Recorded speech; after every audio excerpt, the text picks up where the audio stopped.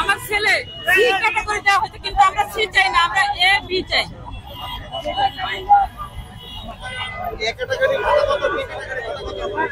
এ ক্যাটাগরির ভাতা হচ্ছে 20,000 টাকা, আর বি ক্যাটাগরির হচ্ছে 15,000 টাকা। আমরা চাই এটা আজীবন থাকুক, পরে 24-এর যোদ্ধা আজীবন থাকবে দেশের জন্য। না না, আমরা নাতিপুতি চাই না, আমরা চাই আমার ছেলে, ছেলের ছেলে, মানে আমার ছেলে বা ছেলের ভাই, এতটুকু। হ্যাঁ, না এটা আমি চাই না নাতিপুতি যাক, আমার ছেলে বা তার ছেলে, তার ভাই বা বোন, এই একটাই তার উদ্দেশ্যে। হ্যাঁ হ্যাঁ, আমরা নাতিপুতি চাই না। হ্যাঁ হ্যাঁ,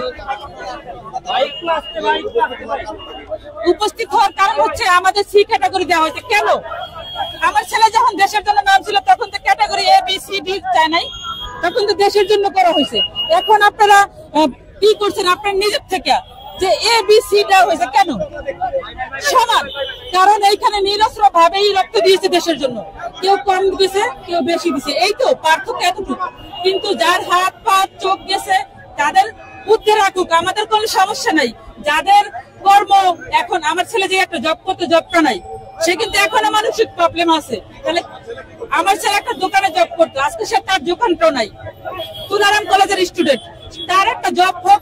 যারা শিক্ষিত, সে স্টুডেন্ট, তুলারাম কলেজের স্টুডেন্ট এখনো আছে, ইনশাল্লাহ আমার কথা বি ক্যাটাগরি দেওয়া হবে, প্লাস ওদের চাকরি দেওয়া হবে। আমরা চাই আজীবন এই আহতরা থাকুক, আজীবন মুক্তিযোদ্ধা থাকবে, আমি এইটাই চাই।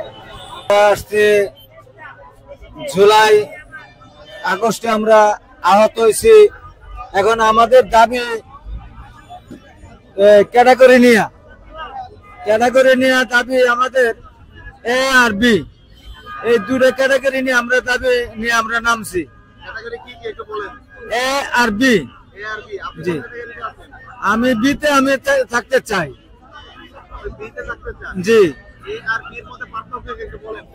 এর মধ্যে 20,000 টাকা ভাতা দিবে মাসে, আর বিতে 15,000 টাকা ভাতা দিবে মাসে। এবং যারা মনে করেন সি দিছে আর ডি দিছে, 4টা ক্যাটাগরি দিছিল, 4টা ক্যাটাগরির মাধ্যমে সির মধ্যে কিছু পাওয়া যাবে না, বির মধ্যে কিছু পাওয়া যাবে না, শুধু 2টার মধ্যে পাওয়া যাবে।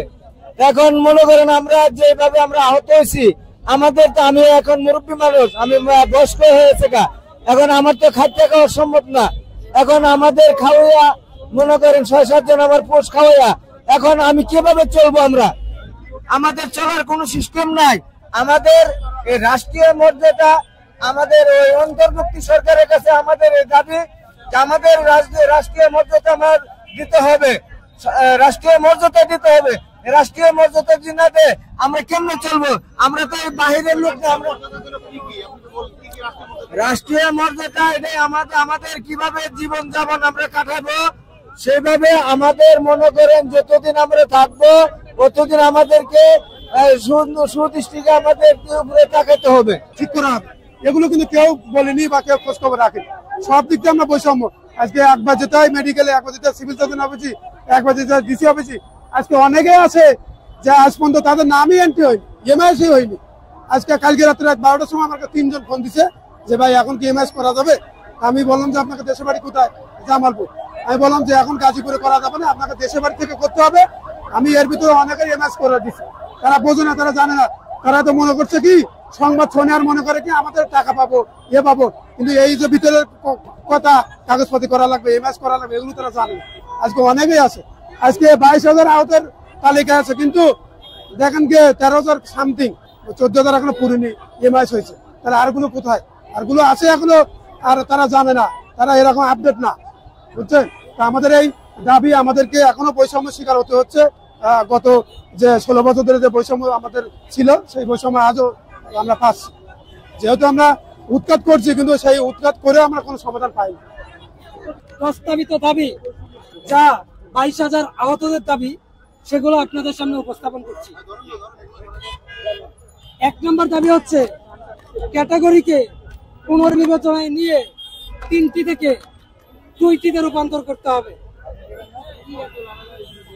ক্যাটাগরি এতে যারা থাকবে তারা হলো কর্মে অক্ষম, অর্থাৎ যারা পঙ্গুত্ব বরণ করেছে, যাদের চোখ হারিয়েছে, যাদের হাত হারিয়েছে, যাদের বাহ্যিক এবং অভ্যন্তরীণ ভাবে গুরুতর আহত হয়েছে এবং অভ্যন্তরীণ অঙ্গ হারিয়েছে, তাদেরকে এক ক্যাটাগরিতে রাখতে হবে।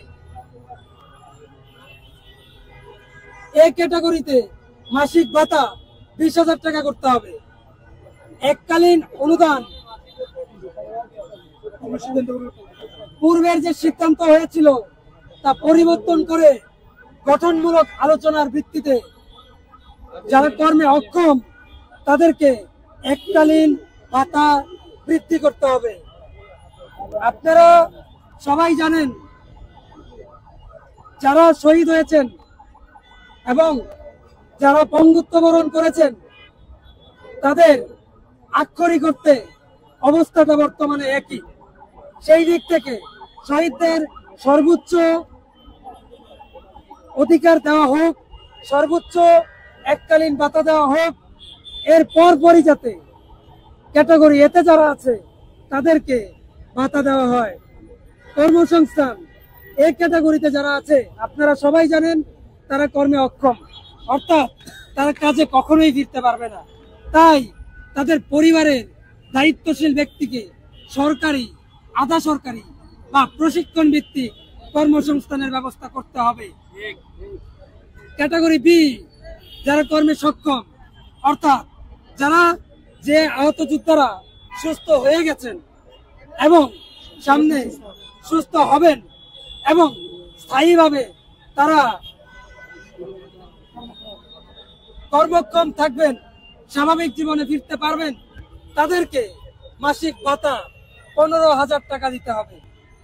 এককালীন অনুদান এই সিদ্ধান্তে পরিবর্তন করে তা বৃদ্ধি করতে হবে। কারণ আপনারা জানেন প্রত্যেকটা আহত বিভিন্নভাবে ঋণগ্রস্ত এবং পারিবারিকভাবে ক্ষতিগ্রস্ত আছে।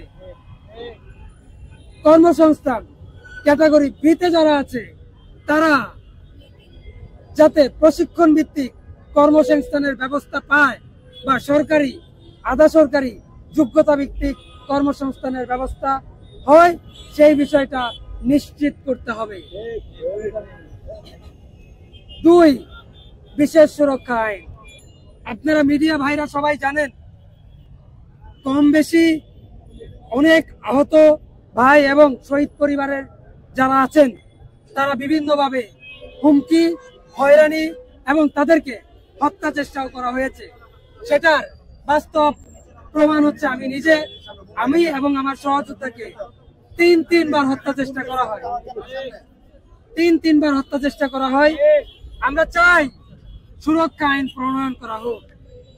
এই আইনের আওতায় আহত এবং শহীদ পরিবারের সদস্যদের বিরুদ্ধে কোনো হুমকি, হয়রানি বা হত্যা চেষ্টা হলে সর্বোচ্চ শাস্তির বিধান রাখতে হবে এবং সেই হুমকি হয়রানিতে প্রশাসনিক কোনো সংশ্লিষ্টতা থাকলে তাদের চাকরিচ্যুত করে সর্বোচ্চ শাস্তির আওতায় আনতে হবে। আপনারা জানেন আমাদের বিভিন্ন ভাই চিকিৎসা নিতে গিয়ে বিভিন্নভাবে হয়রানির শিকার হয়। আপনাদের স্বপ্নে ছাই পড়বো কেননা আপনাদের হাতিয়ার আছিলাম আমরা। আমাদেরকে আপনারা সঙ্গে রাখলে আপনারা আগামী দিন আগায় যেতে পারতেন।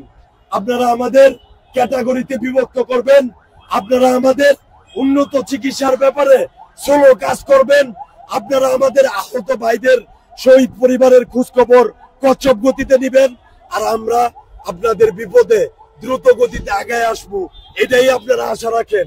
আমি অন্তর্বর্তীকালীন সরকারকে বলতে চাই যে আপনাদের কাছে সবিনয় অনুরোধ, আপনারা আহতদের দিয়া আর হাসির পাত্র সাজায়েন না।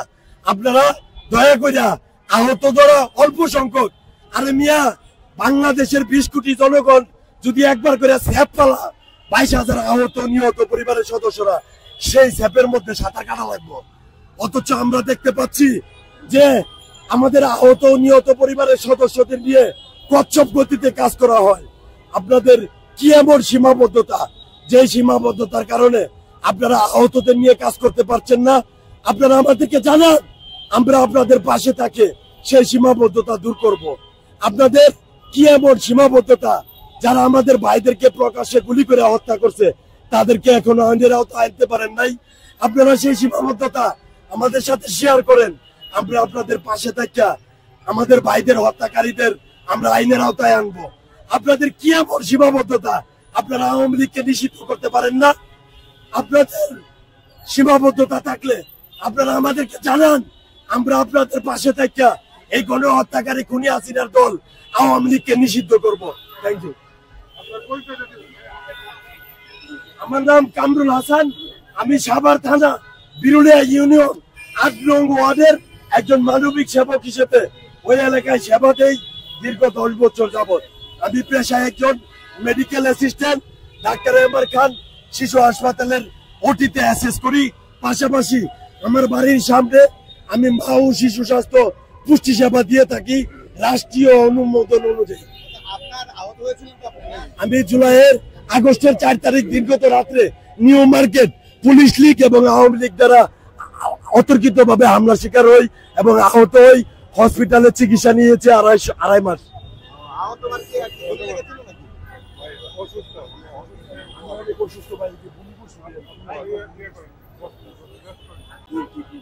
আপনি আসলে এখানে এসেছেন, আসলে আপনি কি আহত যোদ্ধার কোনো মা নাকি নিজে আহত? আমি যোদ্ধার মা, নিজেও আহত। আমরা আসলে আমাদের দাবি হচ্ছে যে কোনো সি বি ডি থাকবে না, আমাদের ক্যাটাগরি থাকবে 2টা। আর আমরা কি মার খাইছি কি ক্যাটাগরি দেখা? আমরা মার খাইছি, গুলি খাইছি কি আমরা ক্যাটাগরি দেখা? ক্যাটাগরি দেখা না। এর জন্যই আমরা আন্দোলন করতেছি, একটা কারণে আমাদের ক্যাটাগরি থাকবে 2টা এবং আমরা ন্যায্য পাওনা যেন সরকারের কাছ থেকে পাই, এটা আমাদের দাবি।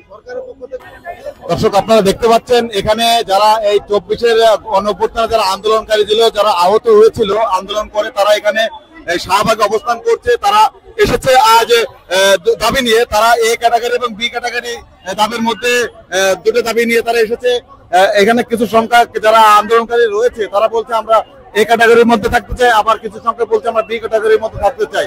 তো আসলে আমি ওনাদের সঙ্গে জিজ্ঞেস করে কথা বললাম যে আসলে এ ক্যাটাগরি আর বি ক্যাটাগরির মধ্যে পার্থক্যটা কি। ওনারা আমাকে জানালেন যে এ ক্যাটাগরি যারা তারা হচ্ছে মাসিক ভাতা হচ্ছে 20,000 টাকা করে পাবে।